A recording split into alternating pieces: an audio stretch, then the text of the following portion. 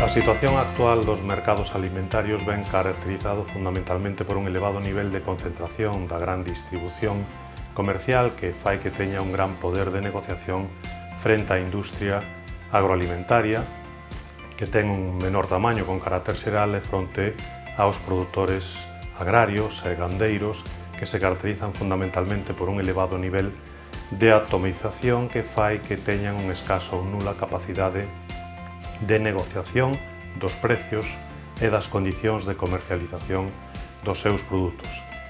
Un dos problemas fundamentais que teñen os sectores produtivos do agro en xeral, en particular do agro galego, para facer valer a correcta aplicación da lei da cadea alimentaria é o descoñecemento dos custes de produción.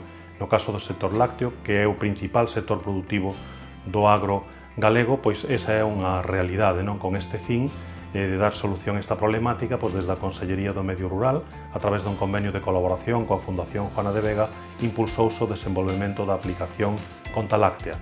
Conta Láctea é unha ferramenta informática diseñada de xeito para un funcionamento sinxelo e intuitivo, de tal xeito que os gandeiros, introducindo unha serie de datos técnicos e económicos da súa explotación, poden obter o custo de produción determinado co máximo rigor desde o punto de vista da aplicación da normativa contable española co obxectivo de tratar de facer valer ese custo de produción nunha hipotética negociación, pois neste caso coa industria láctea. Consciente desta realidade de desequilibrio na cadea que se dá nos mercados alimentarios, desde o ano 2009 as institucións europeas e os Estados membros están impulsando unha serie de instrumentos para tratar de revertir esta situación que causa danos desde o punto de vista económico e social no sector agroalimentario. Así teñense impulsado a creación de organización de produtores en determinados sectores agrícolas e gandeiros que teñen como obxectivo fundamental agrupar a comercialización e a negociación en conxunto das producións.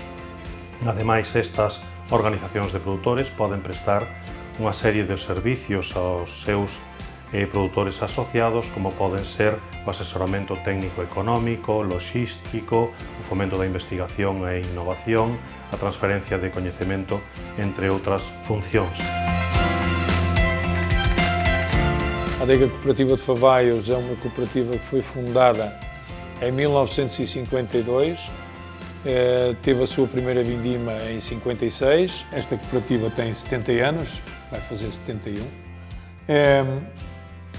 e nós sentimos a necessidade de nos tornarmos numa organização de produtores, porque com isso nós obtínhamos vantagens económicas.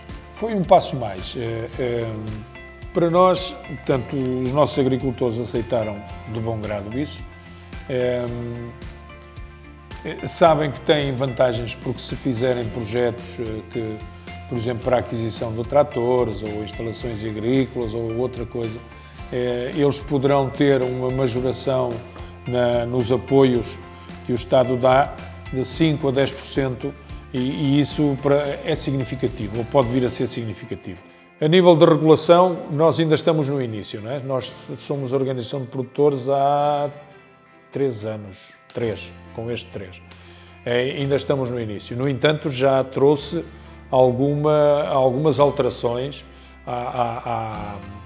aos nossos estatutos, não é? Já trouxe algumas alterações.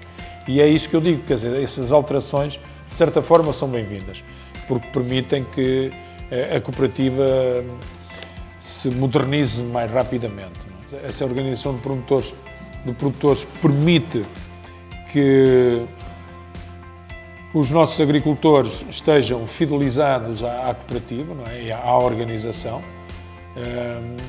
e com isso, de certa forma, garante-nos o futuro, em parte, não é? Não é só isso que vai garantir o futuro, mas vai ajudar.